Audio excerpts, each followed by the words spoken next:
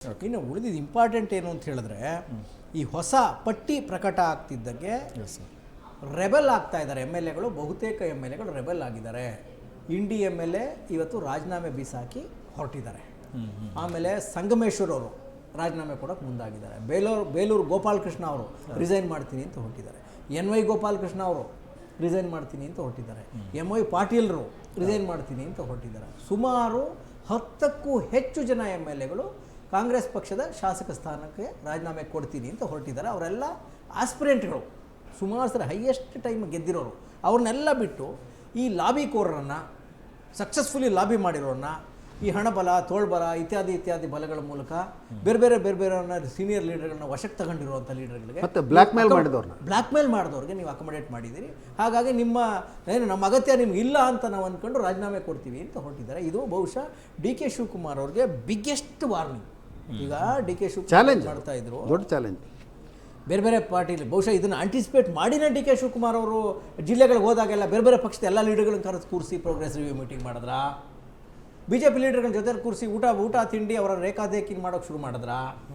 ಹೇಗೂ ಈಗ ನಾನು ಕ್ಯಾಬಿನೆಟ್ ರಿಶಫಲ್ ಎಕ್ಸ್ಪ್ಯಾನ್ಷನ್ ಮಾಡ್ತೀನಿ, ಒಂದಷ್ಟು ಜನ ರೆಬೆಲ್ ಆಗ್ತಾರೆ, ಒಂದಷ್ಟು ಜನ ಆ ಕಡೆ ಹೋಗ್ಬೋದು, ಆಗ ಆ ಕಡೆ ಈ ಕಡೆ ತರೋಣ ಅಂತ ಏನಾರು ಪ್ಲಾನ್ ಮಾಡಿದ್ರ. ಆವಾಗಲೇ ಇಲ್ಲಿ ಸುಮಾರು ಜನ ಸರ್ ಈಗ BJP ಬಾಯಿಗೆ ಲಡ್ಡು ಬಂದು ಬೀಳೋ ಥರ ಆಗ್ತಾ ಇದೆ. ಈಗ ಇದು ರೆಡಿಮೇಡ್ BJP ಬಾಯಿಗೆ ಲಡ್ಡು ಬಂದು ಬಾಯಿಗೆ ಬಿತ್ತಾ. BJP ಏನು ರಿಯಾಕ್ಟ್ ಮಾಡ್ದಂಗೆ ಕಾಣ್ತಾ ಇಲ್ಲ. ಇದನ್ನೆಲ್ಲ ನೋಡಿದ್ರೆ ಖುಷಿ ಇದ್ದಾರೆ, ಖುಷಿ ಇದ್ದಾರಾ ಅಥವಾ ಇನ್ನೊಂದು ಗ್ರಹಿಸಿಲ್ವಾ ಇದು ಅಂತ. DK ಕೈ ಬಿಟ್ಟು DK ಹೊಡೆದ ಬೇಟೆ ತಮ್ಮ ಕಡೆ ಬರ್ತಾ ಇದೆ ಅಂತ ಇನ್ನೂ ಅಲರ್ಟ್ ಆಗ್ತಾ ಇಲ್ವಾ ಅಂತ.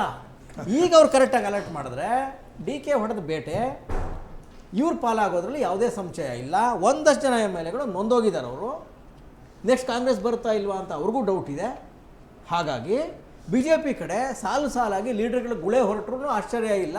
BJP ಅವ್ರು ಸ್ವಲ್ಪ ಅಲರ್ಟ್ ಆಗಿ ನೀಟಾಗಿ ಒಳ್ಳೆ ಬಲೆ ಹಿಡ್ಕೊಂಡು ಕೂತ್ರೆ, ಕರೆಕ್ಟಾಗಿ ಗಾಲ ಹಾಕಿಕೊಂಡು ಕಾಯ್ತಾ ಕೂತ್ರೆ ಒಂದು 10-12 ಜನ MLAಗಳೇ ನೆಕ್ಸ್ಟು BJP ಪಾಳ್ಯ ಸೇರೋದ್ರಲ್ಲಿ ಯಾವ ಅನುಮಾನವೂ ಇಲ್ಲ. ಆದರೆ ನೀಟಾಗಿ ಬೇಟೆಗೆ ರೆಡಿಯಾಗಿ ನಿಂತ್ಕೋಬೇಕು ಅವರು. ಗುಪ್ತಚರ ವರದಿನೂ ಕೂಡ ನೆಕ್ಸ್ಟ್ 28ರ ಎಲೆಕ್ಷನ್ನಲ್ಲಿ ಕಾಂಗ್ರೆಸ್ಸು 60ರ ಗಡಿ ದಾಟೋದು ಕಷ್ಟ ಇದೆ ಅಂತ ಹೇಳಿದೆ ಅಂತೆ.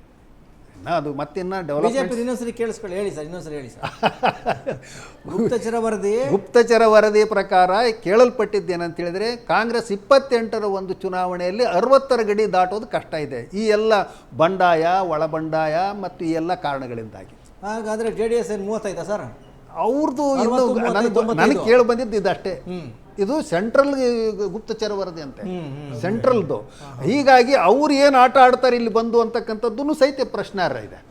ಹೌದು, ಅದೊಂದು ನಮ್ಮ ಮುಂದೆ ಯಾವ ರೀತಿ ಅವರೇ ಡೈರೆಕ್ಟಾಗಿ ಬರ್ತಾರೋ ಇಂಡೈರೆಕ್ಟಾಗಿ ಮಾಡ್ತಾರೋ, ಯಾಕಂದ್ರೆ ಅಲ್ಲೂ ಎಕ್ಸ್ಪ್ಯಾನ್ಷನ್ ಆಗುತ್ತೆ. ಈಗ ಅವ್ರು ಏನು ಆಟ ಆಡ್ತಾರೆ ಅನ್ನೋದು ನಾವು ನೋಡಬೇಕಾಗಿದೆ. ಈಗ ಹಾಗೆ ಆಯಿತು. ಇದು 60 ಅಂತ ಹೇಳಿದ್ರೆ ಏನು 35-40 JDS ಅಂತ ಅಂದ್ಕೊಂಡು 90 ಅಂದರೆ ಮಿಕ್ಕಿದ್ದು 120 ಬಂತಲ್ಲ ಇವ್ರದ್ದು. 120 ರೀಚ್ ಮಾಡ್ತಾರಲ್ಲ. ಹಾಗಾಗಿ BJP ಅವರು ಕರೆಕ್ಟಾಗಿ ಕಾಯ್ತಾ ಕೂತ್ರೆ ಒಂದಷ್ಟು ಮಿಕ್ಕಿಗಳಂತೂ ಬಂದು ತಾವು ಬೀಳುವ ಸಾಧ್ಯತೆ ಎಲ್ಲ ಇದೆ. ಹಾಗಾಗಿ DK ಅವರು ಏನು ವಿಪಕ್ಷಗಳ ಜೊತೆ ಭಾರಿ ಲವ್ಗೆ ಬಿದ್ದಿದ್ದಾರಲ್ಲ, ಪ್ರೀತಿಯ ಪರಾಕಾಷ್ಠೆಯಲ್ಲಿದ್ದಾರೆ ಎದುರಾಳಿಗಳ ಜೊತೆ ಅವರು. ಹಾಗಾಗಿ ಅವ್ರಿಗೆ ನೆಗೆಟಿವ್ ಆಗುವ ಸಾಧ್ಯತೆಗಳು ಕೂಡ ಇದ್ರ ಇಂಪ್ಯಾಕ್ಟ್ ಇದು. ಮತ್ತೆ ಇವು ನರೇಂದ್ರ ಮೋದಿ ಅವ್ರ ಜೊತೆ ಕೂತ್ಕೊಂಡು ಇವತ್ತು ನಾವು ಮಾತಾಡಿದ್ದು ನನ್ನ ಸೌಭಾಗ್ಯ ಅಂತಲೂ ಹೇಳ್ಬಿಟ್ಟಿದ್ದಾರೆ. ಇದು ಭಾಗ್ಯವಯ್ಯ ಮೋದಿ ಅವ್ರನ್ನ